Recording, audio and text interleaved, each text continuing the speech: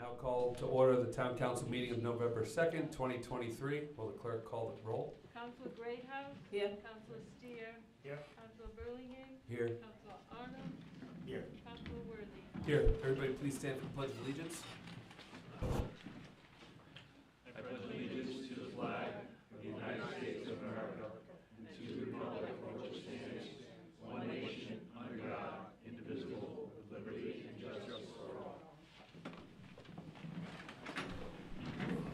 Thank you. Open forum for agenda items. Anybody wishing to speak on agenda items, please step to the microphone and state your name when called on. All right, we're going to move to consent items, discussion, interaction, approval of town council minutes, regular meeting of October 19th, 2023, and special meeting of October 19th, 2023. Can I get a motion, please? Motion to approve the minutes of the town council meeting of October 19, 2023, and the special meeting of October 19, 2023. Can I get a second? Second. All in favor? Aye. Aye. Passes. Unfinished business, boards and commissions, appointments, terms to run concurrent with the town council. Discussion, interaction, Affordable Housing Advisory Board, 2-year term to the town council may appoint from the talent bank listing in their packet, table the appointments. After just speaking with Karen, we're gonna just push this one more meeting and then we'll get some bodies in there. If I can get somebody to make a motion to table. Make a motion to table the appointments to the Affordable Housing Advisory Board, positions 2, 3, 4, and 5. Okay, a second? Second. All in favor? Aye. Passes. Request for permission to place an easement across town road, discussion, interaction. Council reviews the request last meeting. Owner may be present to answer any questions. Council has an engineer drawing a letter of request in their packet. You just state your name when you come up to the podium. Good evening. For the record, my name is Angelo Mike Raimondi. I'm a professional land surveyor, state licensed soil evaluator, and a state licensed septic system designer. And I work at Situate Surveys Incorporated in Coventry, Pioneer Avenue. Would you like me just to talk, or do you have questions specific? Sure, if I you want have to a give few us plans, okay. if you'd like to look at. Well, please. It's tough to get all of them. How many members do we have? We have Five. I got a half a dozen, so. Perfect. And we give one to our solicitor.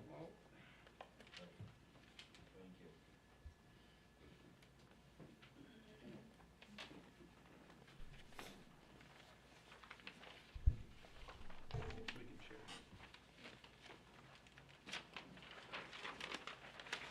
That's a reduced plan, so I hope you can squint enough to read it, but if you look carefully in the road, you'll see a highlighted little rectangle going across the road, and that's the easement that we seek to obtain. The septic system will be on that long, shallow lot on, I guess it would be the southerly side, I lost my north arrow, it's on the plan, southerly side of the street, and you can see the septic system components there. And it will be an advanced treatment system to mitigate any partial issues. And there's an existing well in the very front of the lot that's on the water lot where the house is going to go.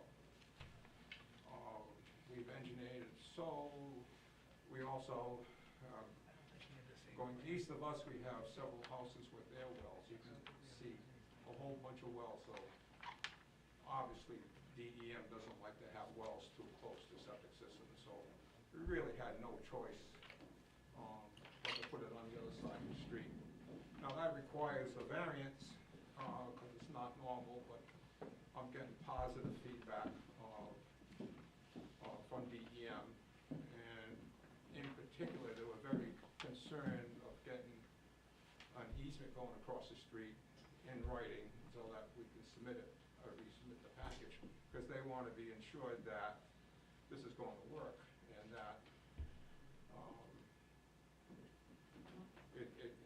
what we're gonna do, if you guys and gals, see fit to grant us this, we're gonna put both of these lots on one instrument, deed instrument, and make it so that, and I guess the house caught fire and burned down. And when our clients purchased the lot, or before that, I don't know when, but the foundation was removed. And once the foundation is removed, you lose grandfather's rights. And I don't know why that law is, but most towns are like that. So that's why we have to come up with an innovative approach, getting this working. I'm sitting here chatting with the young ladies, and I was standing on the lot where the septic system's going, and says, well, it's got dry land here, I wonder who owns this? I says, oh, I own it. So that's how we got the idea. And I called the building inspector, he says, well, it sounds okay, but you have to go through the town council. You know, he says, he doesn't have the authority to grant that. I said, well, I understand. So that brings us here. It's an advanced system.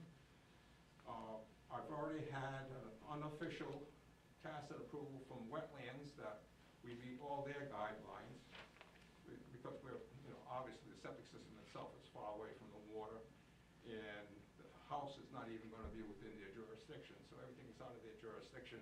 We just need them to agree with me on that, and they more or less told me they would, but now they allow joint applications, and that's what we have, so the wetlands people work with the septic system people, which makes sense since they're opposite, on the same pole. So that's it. If you see anything in the plans that you'd like to ask me, try to answer. The water tables were on the high side, but they met all minimum regulations, and that's why we decided, so let's be safe, let's put an advanced treatment system in there, and that's what we're doing. I'm open to any questions, or? So I have a few, if you don't mind. Oh, sure. I'm looking for the, Yeah. I'm looking for the speaker. So, first of all, I sympathize with the situation because I've had challenges getting into a sneaky area before, you know, but naturally this is highly unusual to have to tear up a town road. Or not tear up, I shouldn't phrase it like that, but to run utility across a town road. So I took a ride out to look at the site, and can it not go on the same side of the street because the water table is too high down there? It's not the water table, it's all the wells that are there. If I may approach, show you on the map. If you squint, you can see, here's our house. You can see all these wells, all these houses, and their existing well is right up there. So they're all in the front, and we can't put, and we can't put, and the water's here, so we can't put the system close to the water, the lake. So it really was a tight squeeze. We would have, if we didn't own the land across the street, it would have been a difficult task to fit something in there. Okay. So it's more wells than water table in proximity to The the water lake. table is acceptable.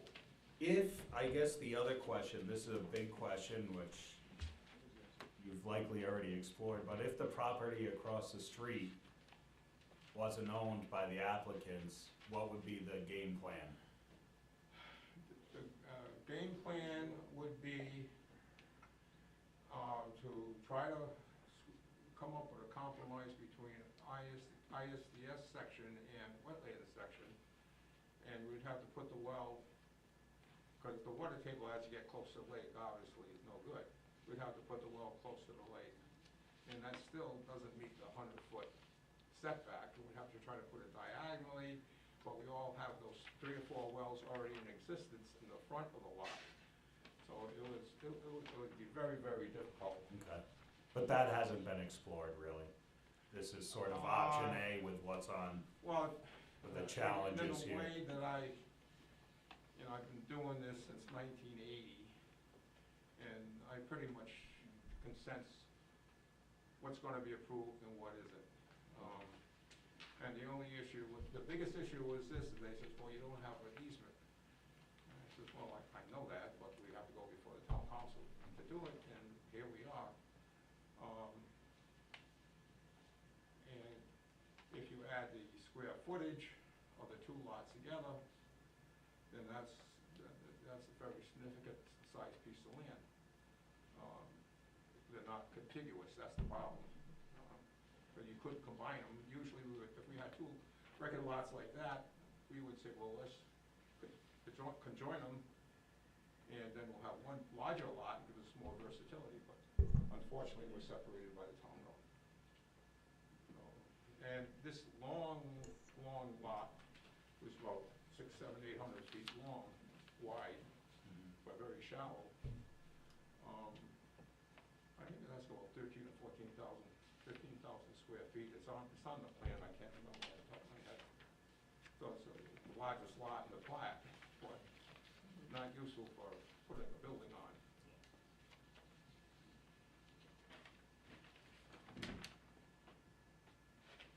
And to continue, the house that we propose, we show a little larger footprint than we anticipate putting in there in the end.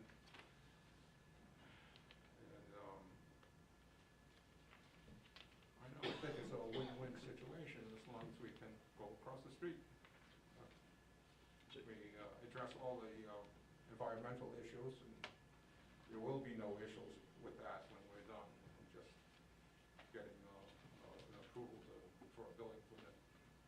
How long do you anticipate that the road construction will be happening? Like, how long do you think it'll take? That would be done in a half a day. Okay. Not even that. And is the owner responsible for that? I would imagine so. We'd have to put a regular patch in there. Okay. Across it. The pipe going under the road, but it's going to be insulated to prevent any freezing. And most of the water is just going to flow back into the tank anyhow, once it's not used, but just in case the requirements require that we insulate it. So that's what we propose to do. We don't want any issues. So they'd be aware they'd have to repair the road back to, Say again? they'd have to repair the road back to the regular condition it's been in. Yes, we will patch it, whatever standards you guys want. We can work that out with the building inspector if you like. It'll be better than what's in there. I think it's just oiled right now, if I recall, and not very good shape. We'll probably put a real asphalt patch in there. And if that's what you guys require, we will do it and make it a part of the conditions of the approval. I'm thinking positively. So obviously, one of the big concerns is, obviously this is highly unusual, so does it set a new precedent? I know that there's been similar situations which are, maybe a little different, not in a residential neighborhood, but going back a whole lot of years kind of thing. Some of the concerns in the future might be, well, what if something failed, and to paint a what if something failed under the street and whomever owned that didn't have the money to repair it? At what point does that sort of translate right into the town's problem again? If there was so that's also part of my concern anyway, and clearly with the current owners, that wouldn't necessarily be a concern, but I would imagine the council has the right to, if they decide to approve it, make it contingent upon the owner being responsible for any. sure. I would certainly say at the minimum, but the concern would be future owners, or hey, listen, everyone's situation can change, and so that was just sharing a concern about moving. 10 years from now, a pipe bursts.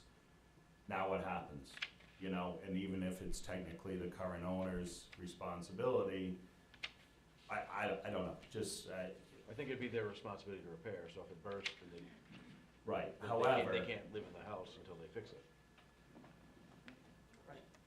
Well, we do a lot of systems not a lot that go under a street, but we do a lot of systems that have the same type of pipe going through the property to the sand filter, for instance, in this case. And in all the years we've been designing, we've had not one fail because of a fracture of the pipe.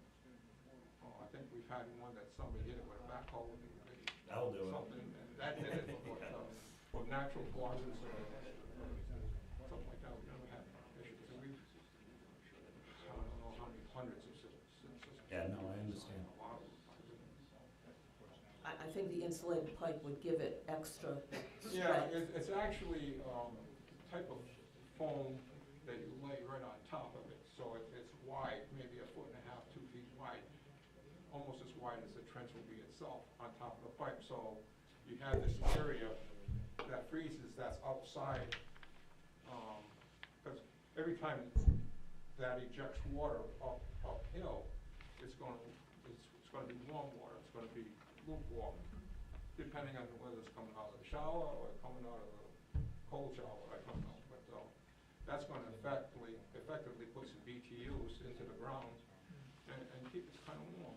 Sewage itself is pretty warm because you have the reaction of the biological reaction of creating heat. I have no experience with the septic system pipe freezing.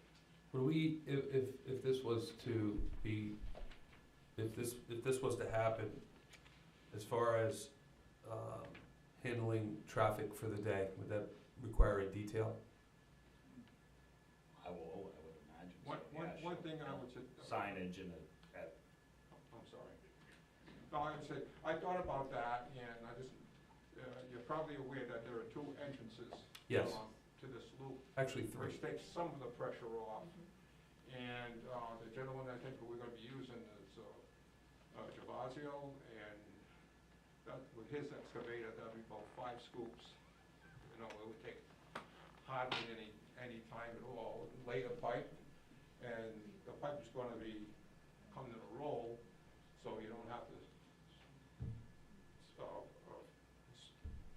attach them together or anything like that. You just roll it out and backfill it, so it goes really quickly.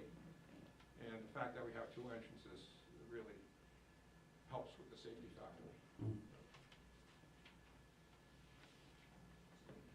Councilor Worthy. Mind if we ask Gary a few I was questions? just gonna Okay. ask Gary, yeah. Yeah, can we get Gary up here? Director Couple of questions. DPW.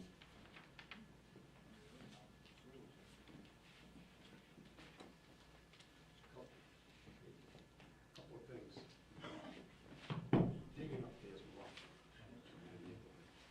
So, most of the time, those roads, they filled over the rocks. That's what it is. Oh, just bring the mic right up to you, Gary, thank you. So, the pipe's in a roll, so are we gonna bend around the rocks if we hit a rock? Or are we gonna go straight across the road? I suggest the pipe be put in a sleeve and an empty sleeve put next to it, in case for some reason we have a problem. They need to bring it in from either side, you don't have to dig the road up again. This gentleman will verify that it's installed correctly. You know, I've seen guys, oh, we hit a rock, so we'll dig up the street 4 or 5 more feet, we'll get around that rock, then we'll go to where we need to go. You also gotta remember that road's gonna be plowed in the wintertime, the frost is gonna get down on the ground. We won't have frost in the yard, but you could have 3 or 4 feet of frost in the street, and not in the grass area or any other area off to the side, because it's protected by the snow. So it's just things you need to think of, and, you know, putting a second sleeve in, it's like insurance. But the pipe should go directly straight across the street, so if you hit a rock, you're gonna take the rock out, you're not gonna bend around it. That's my suggestion. Thank you. Obviously, you'll have to notify the fire department, police department, that road's gonna be closed. Thanks, Gary. Thank you. Thank you. We have no problem with that. Okay. I have a few questions. So, first of all, you mentioned in your opening statements that that the previous owner, you had designed a ISDS, or whatever they call it now, for that property. And then it expired? It expired. I have a copy of one of those. I brought a copy of his plan that got approved already. Can you put it back in there? So if it was approved, and just help me understand this, so if it was approved, why do we need to go to the other side of the road? Because when they removed the foundation, all his grandfather rights were extinguished. So even for the second approval that he got, Well, so he would, oh, this is not. is there new guidance, are there new regulations that would prevent that from happening? The same one that you designed for the previous owner? Well, what we're doing, we're putting a big separation now between the wells and this new septic system, so it eliminates that problem altogether. But DEM would have let you do that with the previous Well, design? I don't think we could have done it without the second lot, to be honest with you. No, I'm talking about the previous one, that was approved. That's because it was already a house there, it was an existing. Right, but it would be the same spot though, right? Not, more or less. You said you This can't is put, you gave me the new one, you didn't give me the, Mr. Angley, Ms. Angley, Ms. Angley? No. Sorry. Here we go. Oh, Robbie. was that the, that's the plan. Well, that's what I'm trying to get an answer from Mr. Romano. I hope I didn't pass out, maybe I You, passed out. that's what I was gonna say, Yeah. Mr. Raimondo, I don't think you were passed out the plan that you thought you passed out. I passed out. This is the proposed right here, Mm-hmm. and that's, I Can I apologize. get a copy? Don't get old, please. But that's the proposed one, I'm That's sorry. what I- So what is this one now? That's the one that no longer exists, the house burnt out and it's no longer there. So I guess my question revolves around, and it's the maps. My question revolves around, can it be done? Okay? Can it be done? I'm not talking about ease of it being done, but could it be done? Oh, we've done one, I thought two or three of them. I mean, on this lot. Not anymore, because the foundation is gone, there's no grandfather rights.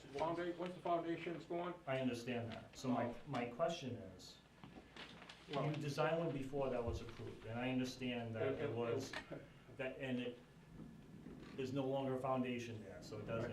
Now, is it because you can't put one there anymore in the same general location because of new regulations, or well, it's not easy? absolutely, now we have to meet all regulations, now that we have no grandfather rights. Did you go to DEM with a proposal on this lot, and they said, no, you can't do it, or they said, well, maybe? No, I did not go to him, but it's a fact. I talked to the inspector on site, he said, no, that's it. He said, no, there's Yeah. no way you could put a ISDS No, on that. I mean, look, the lot's only 100 feet deep. Basically, can you read that? I can't see that. Yeah, it's 140 feet.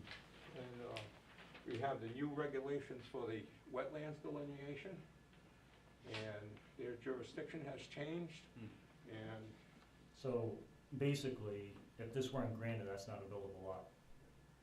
correct. It's So that- there would be that- no without way. the other lot, I don't know what we would be doing there. I think I would have a very disappointed client. And I apologize for the mix-up, I gave you the It's wrong okay. plan.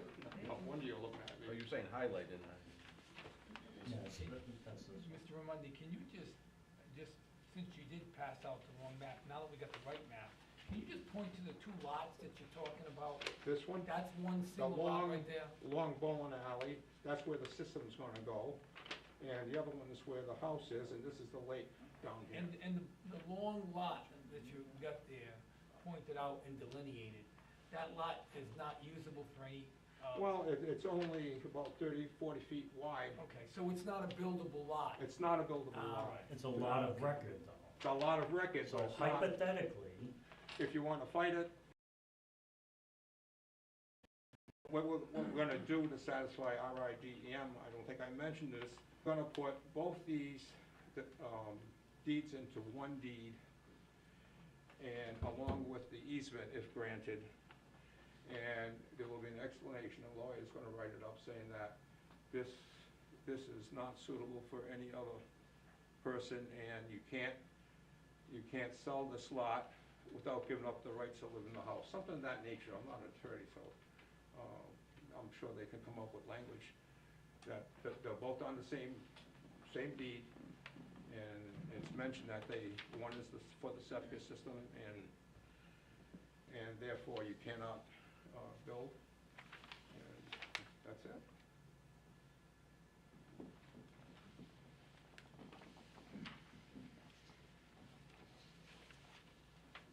I think it's a great solution for the problem. And look at the separation we got, you know, the septic system from the well. Our well is already existing, we're gonna try to salvage that. That's right about here in the front, the middle of the lot. So you got all these wells here, and we have ours.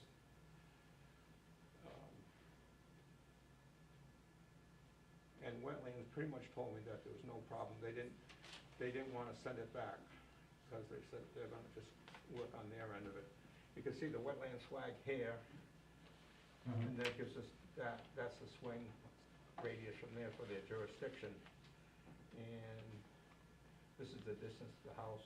The house will probably be smaller, could be moved more forward if needed. You know, when it finally comes back from them, they may have a suggestion like that, but that's something we can live with. We're well within the zoning requirements for sideline, rear line, et cetera, requirements.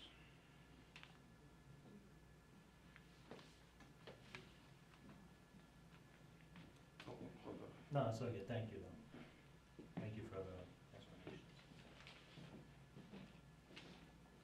And we have performed a Class 1 survey on both the lots, and what you see there is what we have. Because I want to make sure that, you know, it's pretty tight, and we want to make sure that we're in the right place.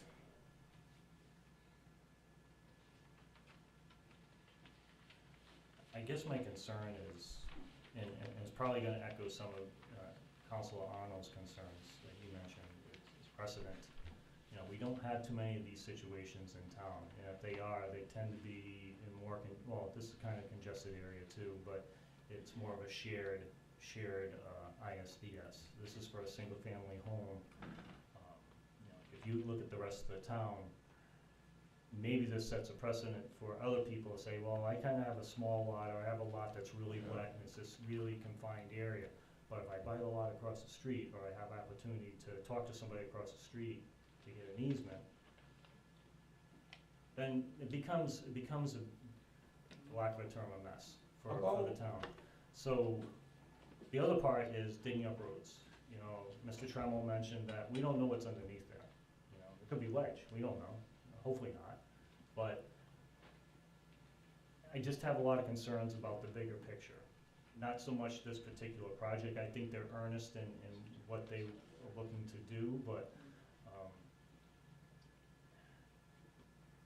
I worry about precedent. There's a couple in existence, and the two that I know of are down near Point Judith and Narragansett area close to the beach, where they have those small, very small lots, even smaller than this, 50 by 100s, and that was allowed maybe 10, 12 years ago. I'm not exactly sure on that, but I haven't heard any feedback or negative one way or the other from anybody. And that had to go through a variance procedure with DEM that approved, to get that approved. Yeah, that's another part of the state. I'm just talking about our town as far as that goes. So I don't think we might have one or two, but it's like a shared type of ISDS, not any. We don't plan to share it with anybody. No, of Yeah. course. No.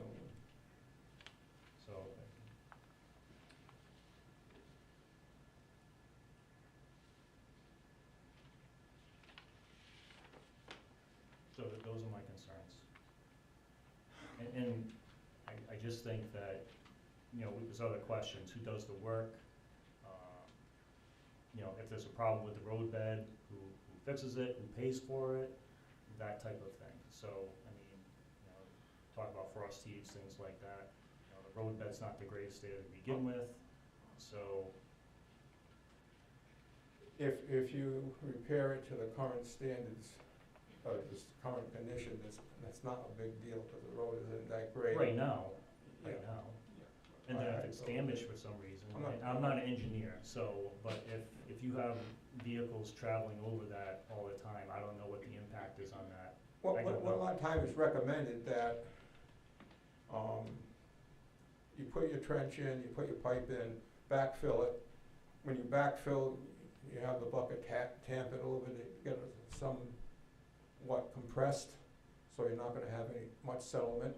Well, you're still gonna get a little bit, so you kind of put a temporary patch on it for the first year, let it be driven over, and, follow up if you notice any sublimation or anything of it on the asphalt, remove the asphalt and redo it. That could be a condition of your approval. Must survive what, first year, second year inspection. We don't have a problem with that. I'm speaking here. We don't have a problem with that. It's your mind. You have a temporary construction easement.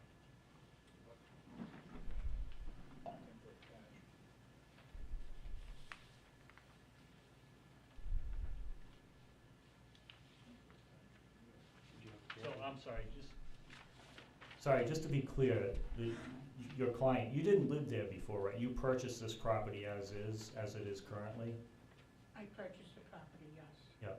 That you weren't the person living there before the, okay.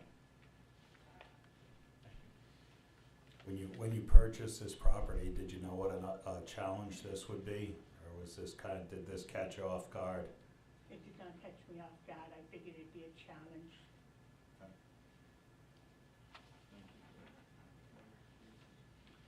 Do we have our DPW oversee any of this? They would get a temporary construction permit. Yep. And DPW would supervise that and, obviously approve whatever work was done. Okay. And would approve any work that was done. Isn't that the state approval? This is Town road, right?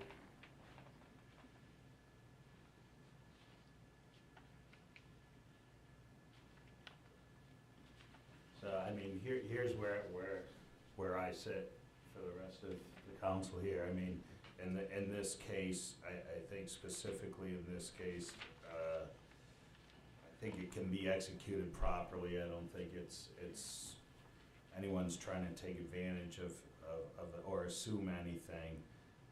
And again, at the end of the day, I'm very concerned about the precedent. So if I were to be in favor of this moving forward, I would really want, sort of an ironclad, and there's a chase. So if there was any repair that needed to be made, the road wouldn't have to be touched again, and a whole bunch of other legal stuff as far as to make sure that we're not I think I that's mean, a we're great not idea. here, we're not here not to help people, but we can't set a bad precedent moving forward. So, and that's above my pay grade of over every detail that really should be, set in stone. So that would be the only way that this would have my support. So that's just my general feeling for the council. I'm That's with where you, I'm at. Steve. I agree as well. I also, I like Gary's idea of making sure that, if we put a second sleeve in there, just in case any kind of future, we have a little bit of duplicate. What's that word? It's flexible. Duplication, fail-safe. The pipe that we have feeding that is flexible, so you just cut it and pull it out and then replace it on your own property. So I agree with you, that's a good idea. And if we were But to, as far as, and again, deeded responsibilities moving forward and what happens if there's a repair needed and there's financial hardship? And the repair can't be afforded? What happens if then does it become a town responsibility? So these are all the little details that are above these are my concerns. I think they might wanna put their concerns in their proposal together, and then share that Mr. Igliozzi for the review. What do you mean you want to, or will? Yep, you can come right up. Oh, I just have a question. You're worried about a financial issue down the road if someone cannot afford to make The a... property could change hands, you know. So my question is, what happens if someone's septic system fails and they can't afford to get it fixed? What does a person do at that point in a regular community? That's my question. So I don't really know the answer to that question, other than the residents probably can't maintain living at that residence if that's the case. That being said, if that happened, I mean, we're talking about a very special case scenario here. This is not, so if that happened, I don't think that wouldn't come back on the town. Right. I think we could just put something in our easement saying we're not responsible. You know, if it fails just like anybody else's septic system fails, it's not our responsibility. Right. They won't be able to use the property if it fails. Right. But if my septic fails, I can't use it until I get it fixed either. Exactly. So, I don't think there's any difference between that one failing or anybody else's failing. Mhm. I don't see why it would be a town Yeah, issue I to don't see fix why it. it would be a town issue, no. Well, I do, because it's underneath a town road. Right.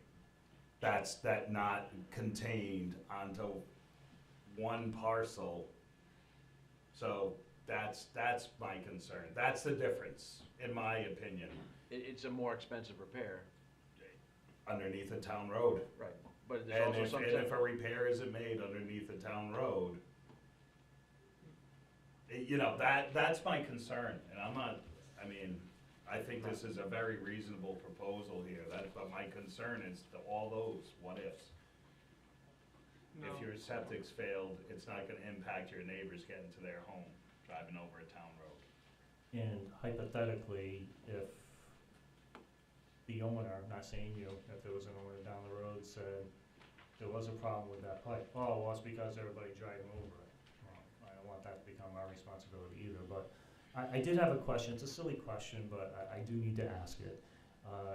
You do plan on living at this address, right, once it's built? Yes. Okay. Because, I go ahead. want to put up a little log cabin.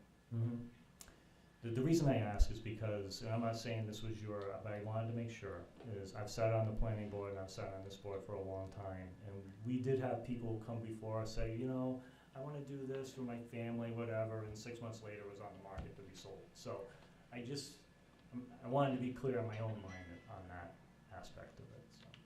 That they don't. That they would sell, we would have people come, they say, oh, I wanna do it, I wanna live there, I wanna keep it for my family, and then they would sell it 6 months later, so. It doesn't sound like that's your intent, No, that's why I asked, This is so. a dream. I didn't expect to have this come at this stage of my life. If I can back up for a moment, now that we decide, if we get approval, we're gonna put a sleeve in, we will put a heavy-duty sleeve, and should a leak develop under the road, we just cut the pipe on either side, pull the broken pipe out, and there's no excavation, so that's the beauty of your suggestion, and it's a great idea, I'm all for it. And with an extra sleeve on the side of it. Yeah, I mean, I would certainly follow the lead of our DPW director. By no means is this my area of Yeah. expertise. You know, You're on the other side of the water. But, yeah. But anyhow, I mean, I've shared all my thoughts with you guys. So, what kind of motion do you make? Pending, So do we have them all come back with a clear plan? Well, I think that they have a plan. I think the conditions of the plan are what's up in the air. And I've been making notes of various conditions. If the council wants to pursue this, then we could prepare something for the council with conditions, because, I mean, the kinds of things that I'm hearing, and I've talked to obviously, you'd be giving them a permanent utility easement under the road, built in a duplicate manner, assuming they're willing to expend that money. I mean, two sleeves side by side, one being used, one not being used, is what I'm hearing. Mhm. And then they would get a temporary construction easement on top of the road, subject to police and fire details as necessary. And that's revoked when they're done. If they have to repair it, they have to come back and get another temporary construction easement. They don't have a permanent right to dig up the road. They only have it for the installation, and when they wanna come back for repair, they have to come and get another temporary easement. Mhm. Otherwise, they could go on your road without your permission. Right. When I hear the DPW is saying they wanna make sure that this is gonna be a straight line across the road, regardless, once they pick this spot, whatever's there, they're gonna have to excavate at whatever cost that's gonna be. They can't change decide to turn it into a snake. This is what I'm hearing. Yep. There's gonna have to probably be some sort of bond, road bond, is what I'm thinking. And the road has to be repaired back to the same specs as the existing road. These kind of utilities are done like state roads all the time, and there's a process, and it's not cheap. It's not cheap because you're inside a town road. So those are the things I heard, I'm hearing, and then I think what I thought was a good point that they're willing to do, I think, if I'm reading the information correctly, the lot that is the long lot is plat, LW lot 181. That would have a permanent easement on it in perpetuity for the benefit of plat LW lot 86. So having them in the same instrument isn't gonna do it enough unless you say it's a Right. permanent easement on that lot. We intend to put language in that stating That's- whatever you want us to state. Right, it would have to be permanently And for our subservient. protection as well as yours. And one issue, while I have the floor, is that I can't give you a design now that I know for sure that's gonna be accepted by DEM. So I pretty much need a more blanket with conditions on it, like a type of, a sleeved situation, heavy duty outer pipe to prevent any crushing or anything like that. So I can submit that to DEM so they can give the okay to it. And if I submit something to DEM now, and I bring it back to you after they approve it, then you say, well, this is not what we had in mind, so we're kind of caught, in this case, between two agencies. And, I'd rather design something now, if we get the okay, extra heavy duty, whatever you guys ask for, gals and guys, and we're willing to deliver, because this is holding things up. Sure. They won't review it anymore until I have a letter from you people, and I understand that. Well, the council is not in a position to approve, the actual easement would have to be in writing, we don't have it in writing. So, there's a Okay, well, document, there's a document that has to be prepared, so they could vote tonight to continue to pursue this, but we don't have these documents in front of you to vote to Right. approve. Right, with stipulations, Right, et well, cetera. you don't have the permanent utility easement drafted up, you don't have the temporary construction easement drafted up, so the council can't just vote to grant an easement in the air. An easement is a recordable document, Right, and that's not, you don't have so what you would vote on. would the board, the council, consider giving us a conditional approval subject to giving us a design from DPW that they're happy with, and then we'll just put that in our submission to DEM. I can't give you more than that. Whatever you want, we'll give you.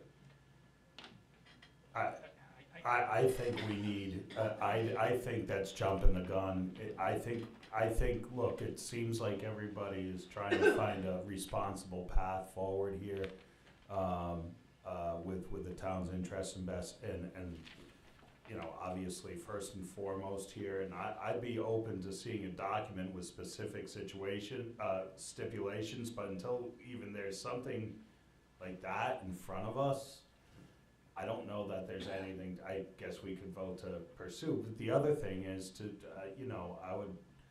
I would say that, your time and compensation, your time resources, you know, I would, you know, I don't know that it's on us to just do this either. You know, that's part, you know, we're not, our DPW director isn't, yeah, I don't know, Well, go ahead. Maybe the approach is to have you and your lawyer generate the permanent utility easement, the temporary construction easement, the conditions as described today for council to review, and we can review it. If they're satisfied, then they'll have something to vote on. Yeah, I mean, you've heard our concerns, so Wait. that's something that can be. I'm not a professional engineer. If I have a professional engineer who does a lot of roads, design this crossing, would that satisfy the board, the council? I think the council's concern is not the design of the septic system, I think Right. it's No, all I'm the talking about the stipulations. I think it's all the stipulations tied to it. I mean, you know, the DEM's gonna be the one who approves your septic design, not us. My concern isn't the septic design. My concern is the stipulations married to it moving forward. That's, Really, to your point, it's not our job to design this whole thing. You heard our concerns. It's up to the engineers, the attorneys to come before the council now with something that we could really vote on. Well, I'm not asking for a vote at this point, but I'm trying to get a sense that if we come back with what you request, have language by an attorney for the proposed new recorded deed instrument that includes both parcels, the crossing and easement, if we have it designed by a professional engineer for the crossing, and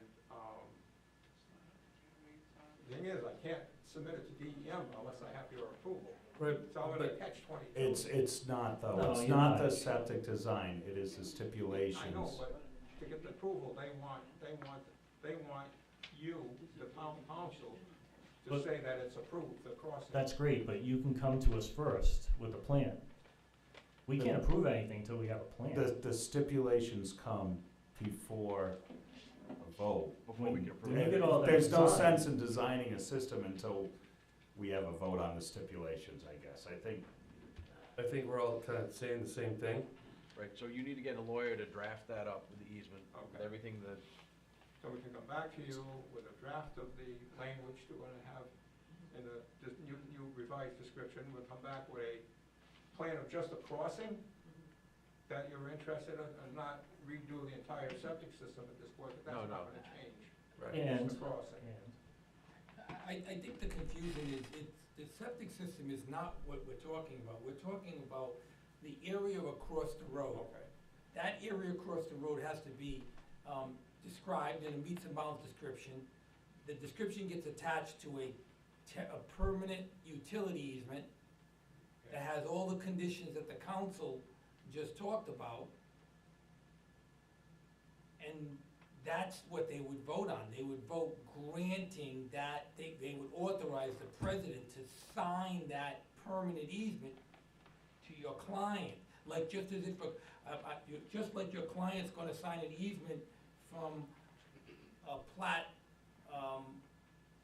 LW 86, she's gonna have to sign a permanent easement for the benefit of LW lot 181.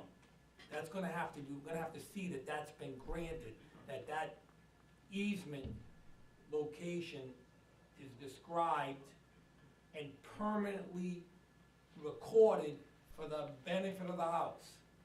I understand that. And I then, think I mentioned that when I first come in, that was my intention. they're gonna wanna see that All right, before they you wanna give see you, it they're gonna first, wanna, not they're gonna just- wanna see that document Okay. recorded. I wouldn't They're wanna invest all that kind of effort if you guys are dead set against it to begin with, so I think this has been, I think we wanna I think work with you guys, yeah. right? yeah, that's it. But just like everything in government, it's gonna take a couple of meetings for all of it to get put in place for us to agree to the easement and how the easement is gonna be handled.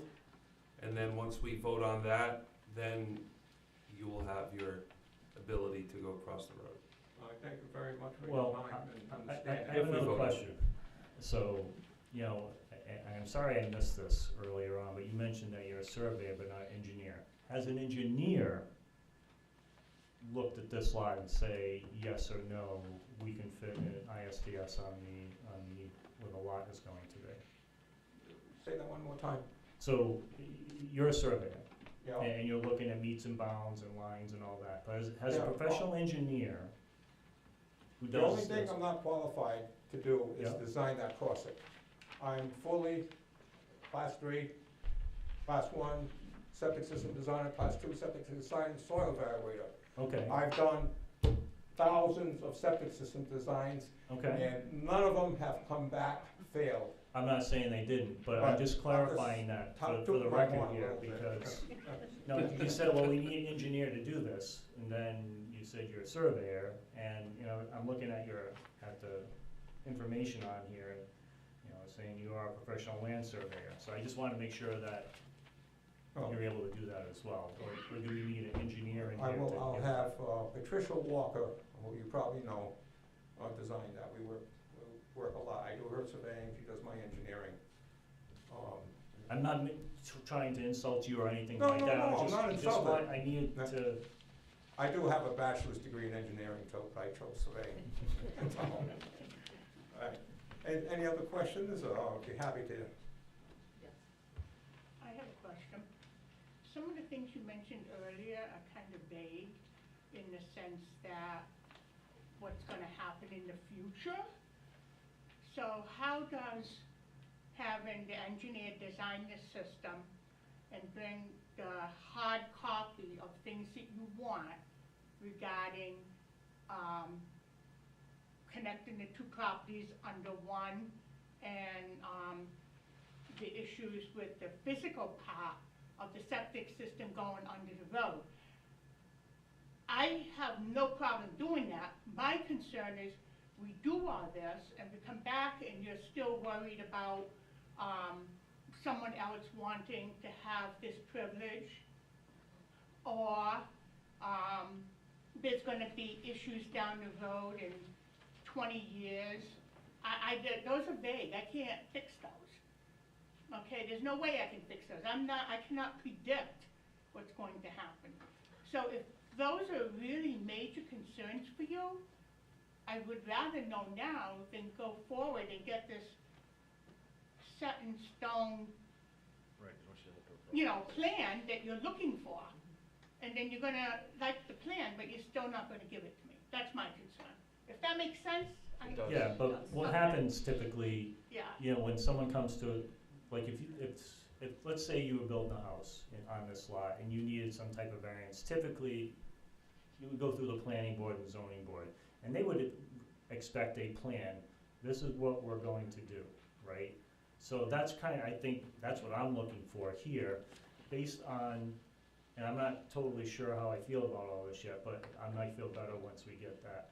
But once we have that plan with everything that we mentioned, that the solicitor mentioned, then we can actually say yea or nay. I think her concern though is her granting that easement for those properties and locking them up forever before we even vote on it, and then she couldn't take that back. Oh, it's a Well, I mean, you proposal. don't have to do that yet, we need the proposal, right? It can all be done at the same time. The council would vote on it, subject to everything being recorded. Okay. That's number one. But I think, what I did hear is the issue about liability, and I think the council is gonna want an indemnification, and so that no matter what happens, the town is never gonna be liable for any problem that, underneath that road to that septic system. If you're not gonna assume that responsibility, and if for some reason that has to be dug up, you have to pay that cost. That's what all utilities have to do. Like the gas company, the electric company, when they put the utilities in state roads or city roads, they have to agree to indemnify the city, town, and if something's wrong, they're gonna dig it up and pay for it. How do I assure you I can do that? You have to That's sign a the paper concern. saying you're willing to Yeah. do it. It's a non-starter for me if that can't be in the proposal. It's a non-starter. So how do I assure that? Your I attorney think- puts something in writing, Yeah. and it's deeded and it goes with the property. I mean, that's it. It's a non-starter if that can't Okay. be in writing, for me. Okay. And I think if we construct it, now, can I just submit to the town a plan showing the crossing proper? Or do you have to have the whole redesign of the septic system and everything, or just the crossing itself, have the engineer do? Yeah. The town doesn't care, we don't care, I don't mean we don't care. It is not relevant to the town, the septic system. It's the location on the road. That's what we're talking about, that area. Okay. That's gonna be the easement that the town would be And also granted. geometry showing the relationship of that to the property corners, so you can identify exactly where it is in the future. But you'll be able to see the pipe on one end anyhow, so. But I think you're gonna need legal counsel to draft the permanent easement, the utility easement, the temporary construction easement, I think I mentioned that, we indemnification understood that right language. in the beginning. But I think he doesn't record them until he actually comes. to Right, of site. course not. Right. It's about having it in front of the Right. council to vote on, and then you go record it. Right. So at least now we know that you will at least entertain the idea. Yes. Yes. We didn't wanna dive into this without having any sense whatsoever of what the town council would allow. So I think this meeting has been a benefit to us. We know what you want, we're gonna try to give you everything that you want, within reason.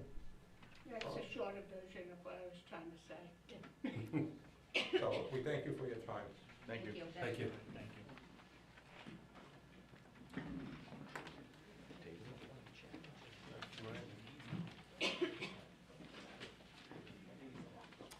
All right, C, town council discussion, interaction, disposition of town-owned property, 1272. We're not tabling anything, right? We're just moving on? Just moving on, right? Again, I think, They'll come back when they're ready, right? Yeah. Just leave it that way? So we'll wait for you guys to come back to us with everything laid out. Okay, Thank you. Thank you. All right, C, town council discussion or action, disposition of town-owned property, 1272 Putnam Pike. Council held a public hearing last meeting to get the public's input on what to do with the structure located on that property. Public hearing was closed and the decision was tabled. So do we have any updates? I'm inclined to table that, maybe not even to next meeting, but to table it for a couple meetings down the pike here. I was hoping to hear more creative feedback than I have since the last meeting. I don't know if anyone else has, but I haven't heard anything. I would, An option might be just to remove it from table for Why don't we- now, and then when we're ready to address it again, we can put it back on the agenda. all for that. Okay, can I get a motion?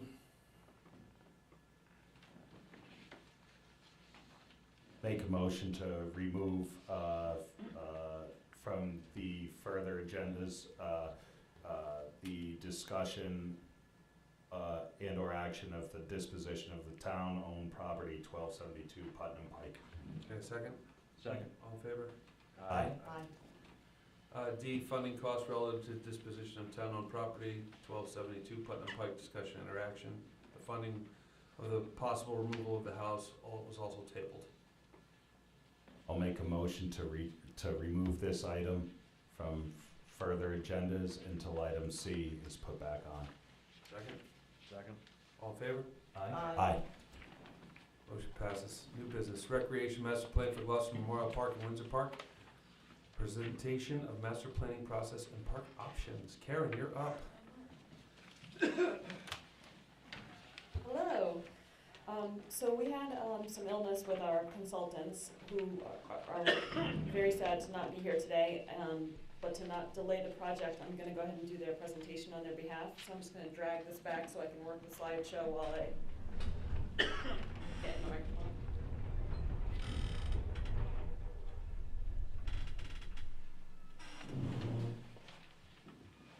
All right, just quick overview. In July, the town entered into a contract with Beta Engineering to create a master plan for Glocester Memorial Park and Windsor Park. Since that time, we've done field research, held meetings, did a survey. So what this is gonna do, quick overview of the process, and it's gonna show you some options for the master plan for each park. So I'll just go ahead and get started.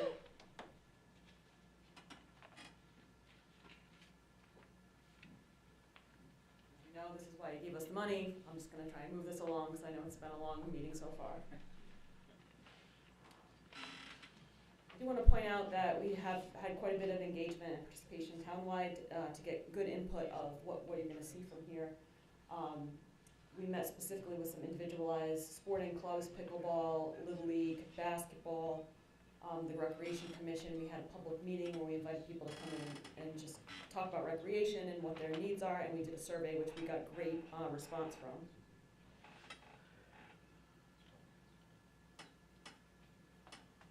So we had 331 responses, which I might not sound like a lot, but it is a really large number for a local survey like this, so we were really happy to see that. We wanted to see which facilities you're currently using, which facilities you'd like to see added or improved at each park, and then I'll kind of just go briefly over what the survey told us, but you can see who's responding. 55% of the respondents had children less than 18 years old, 65% were between 35 and 55. An interesting thing that came up in the survey too is that about 65% of the people who said they were using GMP were using it more than one time a week. But then the people who said that they were using Windsor were using it rarely. 60% were saying they were rarely going. So we're seeing a lot of use at GMP, which is good because we've invested a lot of money in there, so we want people to be going there a few times a week.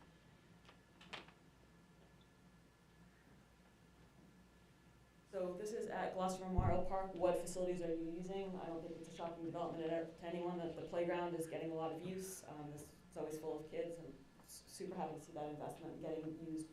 Basketball courts, that's our next most recent upgraded facilities there. Pickleball, tennis courts, leisure, ice skating, and at Windsor, these are the facilities that are most being currently used: the playground, basketball courts, tennis courts.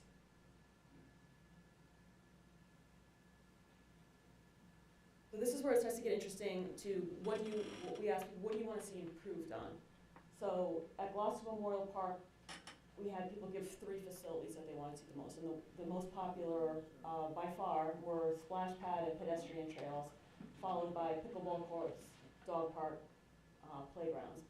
Playground got a lot of love, so I'm not sure we're going to do another playground. But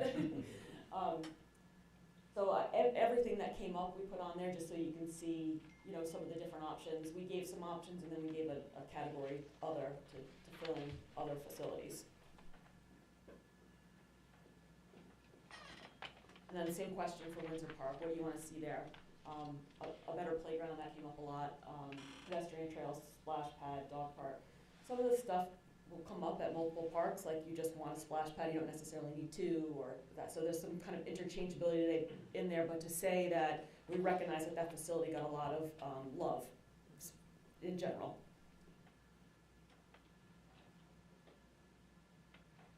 Okay, getting into GMP, this is just an overview shot of this is the property that we have at Glocester Memorial Park. You can see where our existing facilities are, the tennis courts. See that there's some parking, 4 pickleball courts. In the middle there, where it says number 5, that's kind of a concrete pad area where you could put the ice rink in the winter, but also program it during the summer. You can see like a little track where you could do like younger kids be able to learn to ride their bikes, 4 square, that kind of stuff. Number 4, just above it, is restroom facilities. We had a lot of discussion about what that might look like, and we've had a lot of bad luck with permanent restroom facilities. So what we talked about was kind of a deluxe version of a temporary restroom structure. So maybe like a nice structure with a roof where you could slide nicer porta potties into, where they can't get tipped over, and they're kind of sheltered and a little nicer to look at as well. So that was kind of where we took the restroom angle. 6 is the splash pad, and then 3 right there is the pavilion that just got built. And then 7 up by the senior center would be a bocce court. One of the interesting features, and that came up as a high priority on both parks and in the survey, is pedestrian trails. People want somewhere just to walk, get some exercise. So this loop, that's kind of the bean-shaped loop, that's a quarter-mile loop, so it's like a walk around the track. So that you can make your walk a little bigger. They added some extra little spots, but that's pretty much a quarter mile all the way around. Some of the features they wanted to keep is, a lot of the same age groups might be using the splash pad and the playground, so we wanted to keep eye lines, so you could potentially be sitting under pavilion, watch kids in both areas and have clean sight lines to them. And we also wanted to make sure that we were providing facilities here that would hit all the age groups. So I think if you are up from a 2-year-old all the way on up to however many years you can get to, I think there's gonna be something at GMP for everyone in all these scenarios. The other part of alternative oneness is leisure field, and this would involve a better emergency pedestrian vehicle connection coming through, some parking upgrades on the route, and grading, drainage, fencing, dugouts, bullpen, storage sheds, a lot of the things that the Little League said that they were needing at that facility. So that's kind of option 1. Option 2 at GMP, I'll just point out some of the main differences. It's a bigger pickleball court facility. The parking is kind of reoriented to take up more space rather than run along the front. The splash pad, you can see 6, it's kind of a central feature right there, and then 5 is the same type of concrete pad where you could do the ice rink in the winter and then do other things in the summer, like outdoor movies, or food trucks could park on there or something like that. The bocce court slid back down away from the senior center and back towards the existing pavilion. You can see from some of the more subtle differences are the connections between crossing the street. In option 1, there's like 3 different small connection points where you could be crossing Adelaide. This kind of has one more central place where you want people to kind of go and that crossing number 15. It also includes a 1/4-mile loop of pedestrian trails like the other one, the little that kind of half circle there, and also includes the same exact improvements as option 1 to Leisure Field. So those are the options for GMP. I can just go on to Windsor. So looking at Windsor Park, this is just an overview, bird's eye view. We have a lot of wooded area at Windsor Park. So alternate 1, the yellow paths are pedestrian trails. The developed area, that's 2 full-size basketball courts side by side. The areas 2 and 3, the multicolored areas, those are it probably would, but it feels weird. 2 and 3, the multicolored areas, that's 2 different age group playgrounds, younger kids, older kids. The 4, that's a covered shelter. 11 is a restroom facility similar to what we talked about at GMP, kind of a deluxe version of a porta potty, pretty much. The dotted lines are potential pedestrian trails, but there is some topography issues out there. You can see there's water, there's a river through there, so those would be more complicated paths to do. They would probably involve some permitting, maybe some boardwalking, some more expensive type options. You see number 6 on the bottom there, that's a BMX bike path through there. And so that's kind of the top part. And this is the part of Windsor that has the baseball fields, softball fields that don't get used anymore. So in this design, they did one long walking pedestrian trail. It's a 1/4-mile loop, just like a walk around the track. Enclosed dog park. There's 2, 8A and 8B, one for small dogs, one for big dogs. And then in between the walking path is open field, lawn, flex space. And a question had come up, well, what about the future of baseball? There's no baseball, softball fields left on here. So the design of this one keeps that option open in the future, keeping it unused flex space. It doesn't actually install any active baseball fields, but it does have the room to accommodate a Little League field, should that be something we want to see in the future. Okay, this is alternative 2. Similar, a little bit of a different roadway configuration. Instead of kind of coming in, having to turn around and come out, this creates a one-way loop, so you come in, be able to park, and then go back out. Has the pedestrian connections, 2 basketball courts, a playground, all ages playground, a covered shelter. The big change on this one is disc golf. This is something that's come up, it's gaining popularity, it's not super expensive to build. So we can for sure fit a 9-hole disc golf course there.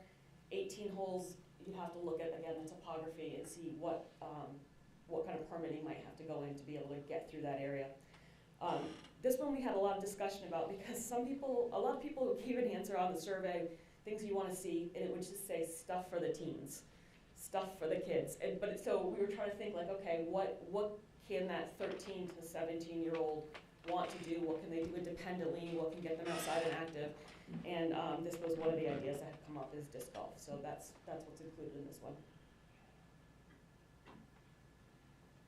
And then this is the area that has the baseball, softball fields. This has still has a dog park up there, a loop. You can see the disc golf course going around it. So it still keeps the unprogrammed space. So there's a big open area that can be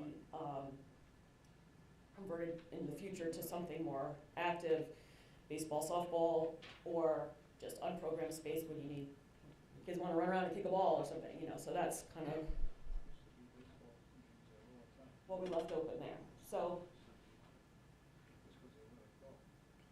I think they came up with some good options. I think they really listened to what came out in the input. I think they heard a lot from what people said that they wanted the specific sports.